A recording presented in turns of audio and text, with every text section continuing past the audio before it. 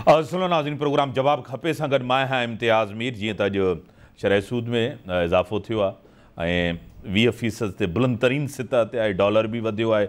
मुल्क जी इकॉनमी बहितर न आहे। जेके इंडिकेटर्स आहिनि उहे बि सख़्तु ख़तरनाक आहिनि। महांगाई 31% आहे, इहा 50% ते वञी सघे थी। मूंखे टेलीफोन लाइन ते जॉइन कियो आहे मारूफ़ बिज़नेसमैन भी आहिनि ऐं इकनॉमिस्ट भी आहिनि ऐं हिन ख़िते जा हिन मुल्क जा मोहतरम जनाब डॉक्टर शाहिद सिद्दीकी साहब मेरे साथ हैं। डॉक्टर साहब, मैं आपको वेलकम करता हूं अपने शो में। सर, आज शरह सूद में यानी कि इजाफा करके 20% कर दिया। डॉलर भी अपनी बुलंद तरीन सतह पे आ गया है। क्या कहेंगे, इसका कितना इम्पैक्ट पड़ेगा हमारी इकॉनमी पे? पहले मैं आपसे ये बता दूं कि दोनों चीजें जो हैं ये स्टेट बैंक की शराइत के नहीं है, ये हमारी अपनी हरकतें हैं। सही। और दूसरे के रुपए की कदर जो जिसको हम कमी कह रहे हैं, ये कमी नहीं की, इसने एडजस्ट किया है क्योंकि खुली मंडी में पहले कमी हो चुकी थी। सही। अब आप पहले बात कर लें कि रुपए की जो हमने डिस्काउंट रेट बढ़ाया है। अब मैं आपको बताऊं कि हमारा जो इस वक्त अफरात ज़र है वो 31% है। सही। और हमारा जो डिस्काउंट रेट 17% था। इसका मतलब ये कि 14% मनफी है। तो ये तो हो नहीं सकता। मार्च में मनफी था, ये सिर्फ 1.5%। तो ये स्टेट बैंक को बहुत पहले कर लेना चाहिए था क्योंकि मनफी 14.5%। तो जो आप खातेदारों को मुनाफा देते हैं आइन की शिफ्ट 340 से 26 से 4 के खिलाफ था। तो स्टेट बैंक भी ये कहता है कि जी आप बहुत पहले अगर करते तो IMF ने ये शर्तें लगाई। वो तो उसूल बताता है कि भाई आप मार्केट रेट के मुताबिक उसको चलें, तो वो उन्होंने खुद एडजस्ट किया है जो पहले करना चाहिए था। अब आप रुपए की कदर में आ जाइए तो इस वक्त 2 दिन में 25 रुपए डॉलर की कमी हुई है, जिसको मैं एडजस्टमेंट कह रहा हूँ, कमी नहीं है। उसकी वजह ये थी कि इस वक्त हमारा 260 रुपए का रेट था 2 दिन पहले, और जो गैर कानूनी मार्केट है जिसे गेरे मार्केट कहते हैं, जहां से इम्पोर्टर्स वो खरीद रहे थे डॉलर, वो 290 रुपए तक पहुंच गया था। उसको एडजस्ट करना था। क्यों करना था कि IMF के साथ 2 दिन में शायद मामला तय होने वाले हैं। तो सिर्फ एक जुमला मैं आपको बता दूं कि 25 जनवरी से 30 जनवरी तक भी 39 रुपए इसी तरह से गिराए गए थे क्योंकि 31 जनवरी को IMF कमीशन आ रहा था। तो जो ये गलत कार्य कर रहे थे, रुपए की कदर को मसनूई तौर पर स्टेट बैंक और हुकूमत ने रखा था, उसको ठीक किया है। उसको IMF के खाते में डालना सही नहीं है। इसकी वजह से एक महंगाई का एक तूफान आएगा। कोई 35% से ज्यादा महंगाई चली जाएगी। बजट खसारा बढ़ेगा। बिजली, पेट्रोल और गैस के नर्ख बढ़ेंगे। जो हमारा मुल्की करेंसी में जो बैरूनी कर्जे हैं उसका हजम बढ़ेगा। और जो कर्जे आप अदा करते हैं बैरूनी, उसके लिए डॉलर चाहिए होते हैं। अब ज्यादा रुपए देने पड़ेंगे तो बजट खसारा बढ़ेगा, शरह नमूस सुस्त होगी, गरीब और अमीर का फर्क जो है वो बढ़ेगा और बेरोजगारी बढ़ेगी और बरामदात मुतासर होंगी। और डॉक्टर साहब, सबसे पहले एक अहम चीज़ जो डॉक्टर साहब आप भी सुन रहे हैं, मैं भी सुन रहा हूँ, सब कुछ वज़ीर आज़म ने पहले ही कह दिया था कि महंगाई मज़ीद बढ़ेगी। एक सवाल वज़ीर आज़म ने कहा। दूसरी तरफ गवर्नमेंट ये कह रही है कि IMF के साथ जितने जालमाना डील की थी इमरान खान, ये सब कुछ उसी का नतीजा है। क्या आप भी इससे एग्री करते हैं डॉक्टर साहब? ये बात गलत है।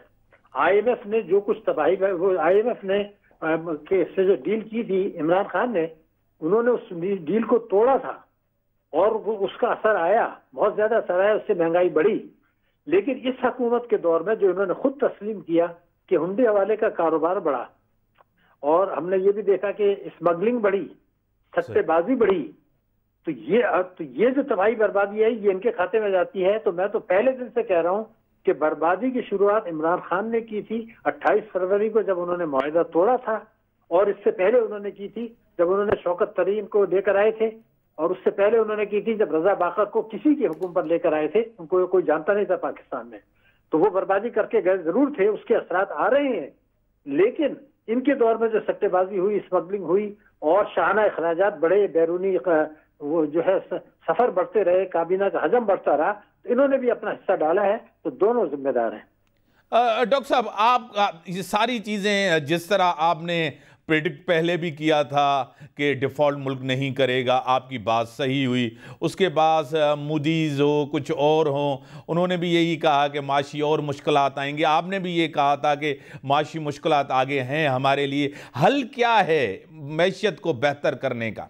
देखिए, हल सिर्फ एक ही है। अब मैं लेकिन पहले बता दूं, अभी देखिए सुप्रीम कोर्ट ऑफ पाकिस्तान ने नोटिस लिया 184(3) के तहत, और ये कहा कि जी आप 90 दिन में इलेक्शन करा लें। सही।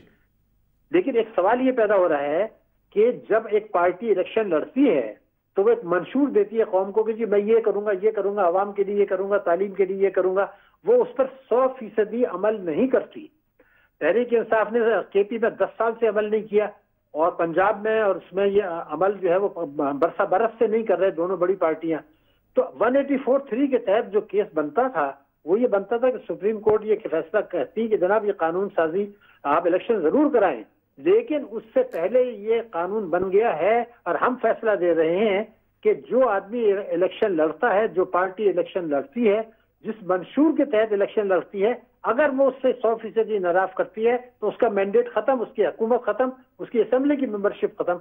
यही वाहिद हल था कि ये पाकिस्तान की मईशत बेहतर हो जाती, जो उन्होंने नहीं किया। अब क्या हल है वो मैं आपको बता देता हूँ कि अब इस वक्त फौरी तौर पर एक सलामती कमेटी की मीटिंग बुलाई जाए, जिसमें तमाम पार्टियों को जो सेनेट में है बुलाया जाए, उनके एक एक दो दो आदमियों को, और उनसे ये कहा जाए कि आपके मंशूर में जो कुछ लिखा है वो ये है कि वफाक और सूबे हर किस्म की आमदनी पर टैक्स लगाएंगे।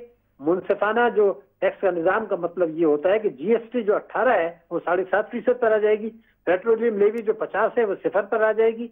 तो टैक्सों की आमदनी मालदार लोगों से ली जाएगी, टैक्स और गरीब आदमियों को मराद दी जाएंगी ताकि मईशत बेहतर हो। ये वाहिद तरीका है कि अब ये हलफनामा उनसे साइन करा के कानून साजी कर ली जाए, और जो इलेक्शन जब भी हो, मुश्किल लगते होंगे लेकिन जब भी हो, तो उसमें ये क्लॉज डाल दी जाए कि जब आप पार्टी के इलेक्शन टिकट पे इलेक्शन लड़ते हैं तो अगर आपकी पार्टी ने उस पर अमल नहीं किया तो आपकी मेंबरशिप भी खत्म, आपके पार्टी की मेंबरशिप भी खत्म, आपकी हुक्मरानी भी खत्म।